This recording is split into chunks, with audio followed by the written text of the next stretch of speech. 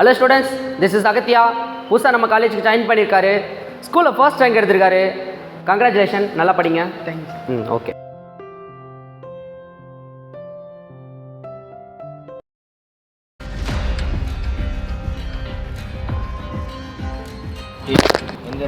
நாங்கள் தானே ஃபர்ஸ்ட் வந்தோம். எங்க நாங்கள் தானே ஃபர்ஸ்ட் வந்தோம். இனிமே இவன் என் ஃப்ரெண்டு, யாராச்சும் கை வச்சுக்கோ அவங்களாம் அவங்கள எந்திரா போலாம் மச்சான். மச்சான், என் பேர் முரளி. என் பேர் அகத்தியா.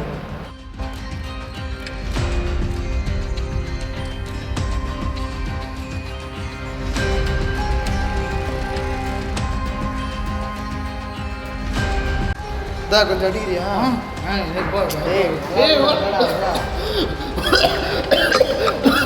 நீ ரொம்ப நல்ல பையனா இருக்க. நான் எப்படி மாத்திரம் இது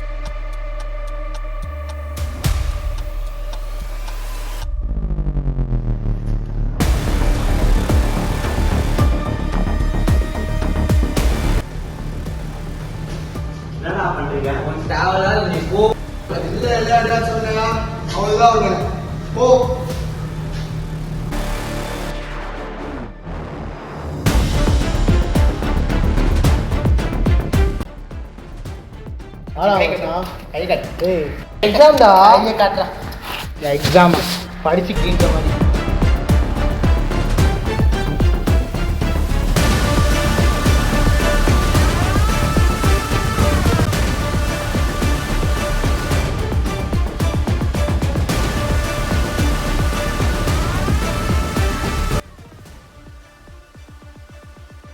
மேடம் வாங்கம்மா, வந்து உட்காருங்க.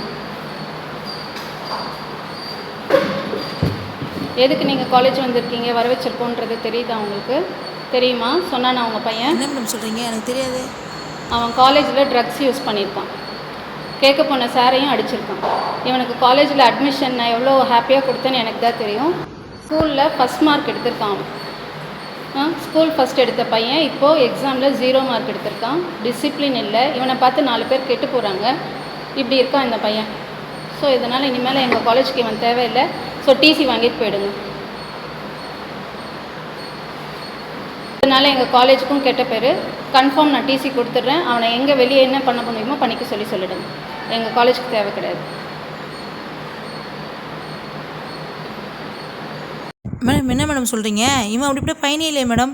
மேடம் இப்போ நீங்கள் இவனை வெளியில் அமிச்சிங்கன்னா மேடம் அவன் வாழ்க்கை வீணாக போயிடும் மேடம். நான் பட்ட கஷ்டங்கள் எல்லாமே போயிடும் மேடம். மேடம் எனக்காண்டி ஒரு வாய்ப்பு கொடுங்க மேடம். உங்களுக்கு கெஞ்சி கேட்டுக்கிறேன் மேடம். தூரம் நீங்கள் சொல்கிறதுனால இவனுக்கு லாஸ்ட்டாக நான் ஒரு சான்ஸ் கொடுக்குறேன் நான். சரிங்களா? நல்லா இருந்த பையன் இப்போ இப்படி மாறிட்டான். அதனால் லாஸ்ட்டாக ஒரு சான்ஸ் கொடுக்குறேன். லைஃப் ஸ்பாயில் ஆகக்கூடாதுன்றதுனால லாஸ்ட்டாக ஒரு சான்ஸ் கொடுக்குறேன். Agathiya, this will be the last chance for you. இதுக்கு மேலே நீ உன்னை திருத்திக்கல அப்படின்னா நீ காலேஜில் கண்டினியூ பண்ண முடியாது. மார்க் எடுத்து காட்டணும், டிசிப்ளின்டாக இருக்கணும்.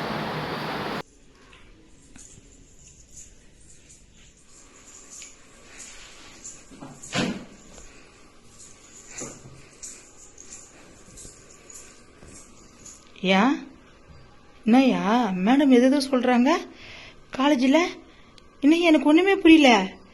நீனாயா எப்படி இந்த பழக்கம் உனக்கு வந்துச்சு? என்னால் நம்ப முடியலையா? உன்னை நல்லதானையா வளர்த்தேன். அப்படி வளர்த்தினையா, கண்ணுக்குள்ளே உன்னை வச்சு வளர்த்தினையா. நீ நல்லா வருவ, நாளைக்கு என்ன நீ நல்லா பார்த்துப்பேன்னு நினச்சேனையா. எனக்கு ஒன்றும் புரியலையா எப்படி இந்த பழக்கம் உனக்கு வந்துச்சு?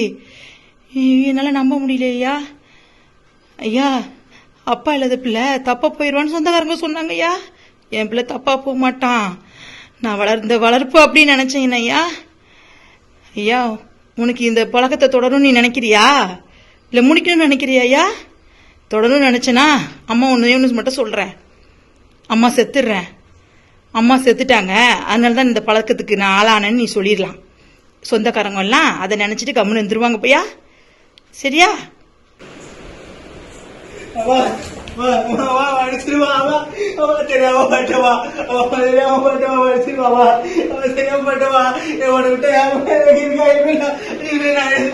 ஐயா ஐயா ஐயா அழுவாதையா அழுவாதையா, நீ விட்டுருவையா, இந்த பழக்கத்துல நீ வெளில வந்துருவையா, அம்மாக்கு தெரியும்யா, அழுவாதையா, உன்னை விட்டா எனக்கு யாரையா இருக்கா, நீ அழுவாதையா.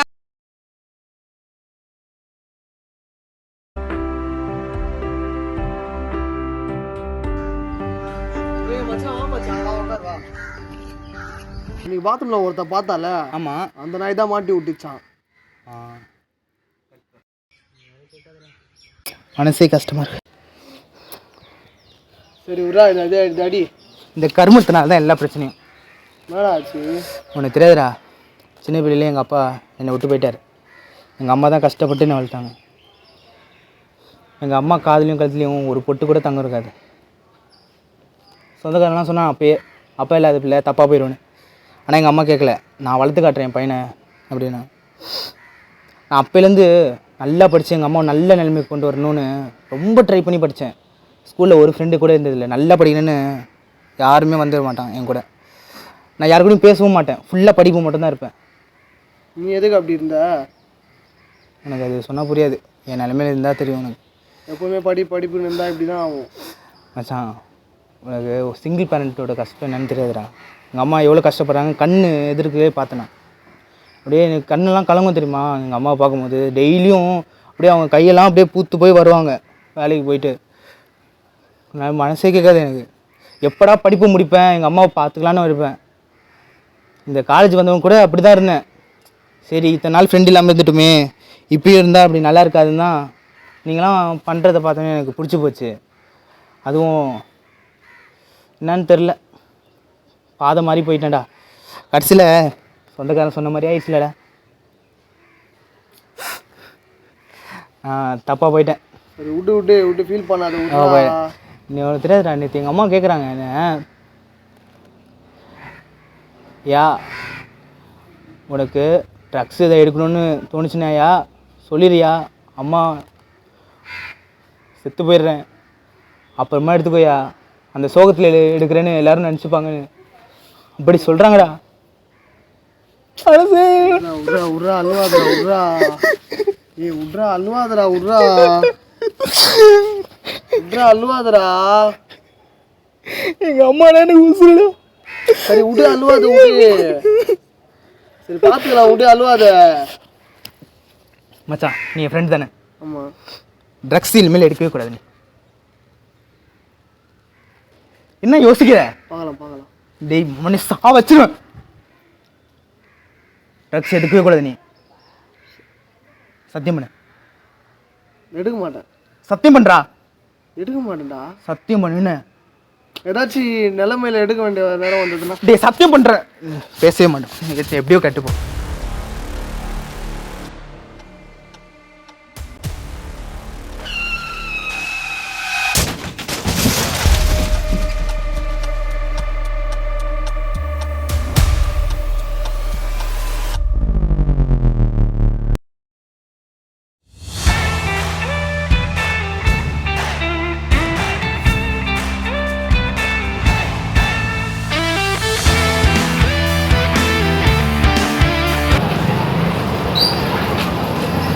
ஏய் என்ன மச்சான் பண்ணுறீங்க? ஏய் என்னடா ஆச்சு?